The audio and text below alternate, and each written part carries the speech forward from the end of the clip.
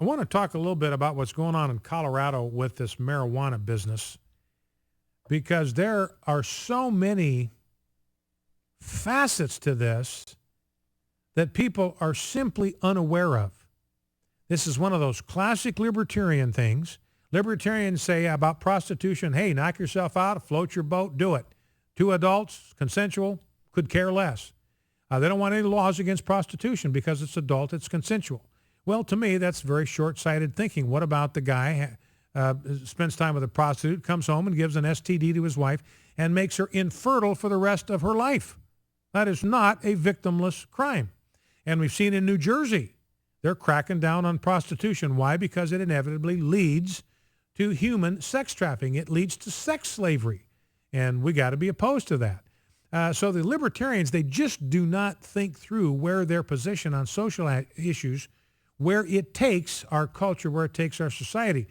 Now, the libertarians are the ones that are out there saying, hey, we just ought to get rid of laws against marijuana usage. We just ought to open the floodgates, what anybody wants to do, that ought to be okay. That's a classic libertarian point of view.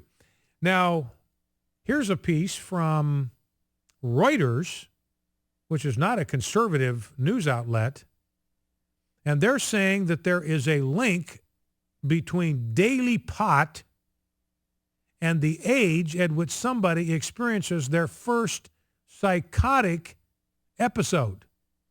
I'm repeating, this is in Reuters saying this, reporting on research. There's a link between the daily use of pot and the age at which an individual experiences his first psychotic episode. In other words, there's a link between daily pot use and psychotic breaks. So it's not even a victimless crime when you're talking about the person who's token up. So this is Reuters Health, in a study of adults who experienced psychosis for the first time, having smoked marijuana daily was linked to an earlier age of onset of the disorder. There's an association between specific patterns of cannabis use and an earlier onset of psychotic disorders. This is according to Dr. Marta D. Forti, who led the research at the Institute of Psychiatry at King's College. They studied 400 people in South London, admitted to hospitals with a diagnosed psychotic episode.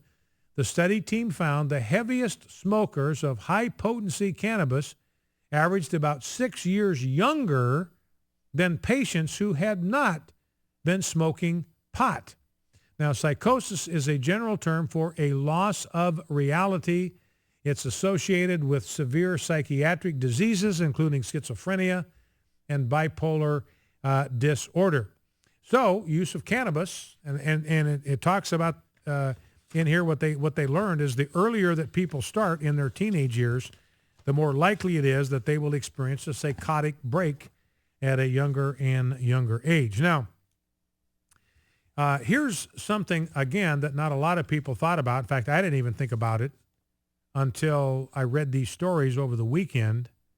By the way, it's not illegal in Colorado to purchase marijuana with your food stamps, with your welfare card. So they're having to pass a law to make it illegal to use your welfare card to buy marijuana because marijuana is legal. And they've made it illegal to buy booze. It's illegal to buy cigarettes, but it's not currently illegal to use your welfare card to buy pot. So they're going to have to pass a law to keep that from happening. Now, here's the thing that not a lot of people think about. Two elements to the pot trade, legal pot trade in Colorado. Number one, experts are saying, look, these pot shops are going to be the targets of drug cartels in Mexico. Here's a piece from Fox News. As the smoke settles from the first week of legal marijuana sales in Colorado, experts are warning that sanctioned pot dealers could become targets for the very folks they put out of business. So pot in Colorado, because it was illegal, was once ruled by drug cartels. And because it's been legal and because banks won't set up accounts for pot dealers because it's against the federal law to sell pot. So these banks They don't want to get involved in setting up accounts for marijuana dealers because it's no different, according to federal law, than laundering money for cocaine traffickers or heroin producers or meth lab. No different from a legal standpoint. So the banks don't want to set up bank accounts for these marijuana dealers. So it is a cash and carry business. It is an all cash business. So you got these drug cartels wanting to horn in because they're losing their market. They've dominated the Sinaloa and cartel and the Juarez cartel. They have been running the marijuana trade in Colorado. Now that it's legal, they're worried about getting aced out of business. So this is going to make these legal pot shops prime targets for extortion, black market competition, and robbery.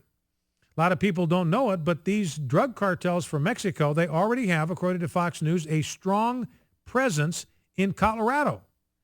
Now, the first day they had pot sales in Colorado, sold $1 million worth of pot.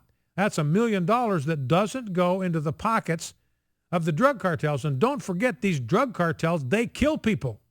They don't mess around. In 2012, the Mexican Competitive Institute issued a report saying that Mexico's cartels would lose as much as $1.4 billion if Colorado legalized marijuana. So you think they're going to take that loss of $1.4 billion lying down? I don't think so. Faced with such losses, the violent cartels could force their way in as black market wholesalers or simply rob pot dispensaries, which take only cash and have not been able to establish accounts with banks because of lenders' fears of violating federal laws. But the general consensus is that the Mexican cartels will not quietly relinquish the Denver market.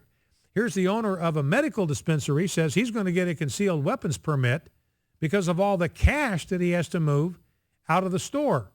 Any way you plan it out, there's going to be a large amount of cash around, and that's extremely scary. And these drug cartels are going to be liable to hire straw owners who will have clean records and who can apply for a license and then sell large quantities both legally and on the black market. So in other words, what this tells you is that you legalize pot. What you have done is you put out a welcome sign to the Juarez and Sinaloa drug cartels. And and these legal pot stores, they're having to hire mercenaries to protect the shipments of money. A guy by the name of Ted Daniels started a company called the Blue Line Protection Group, ex-military, ex-law enforcement, to provide security for the store's money and supply shipments and the growing operations, heavily armed with assault rifles and protective vests. So you can get crime through the roof, paramilitary organizations all over the place. Focal Point, AFR Talk, back in 2.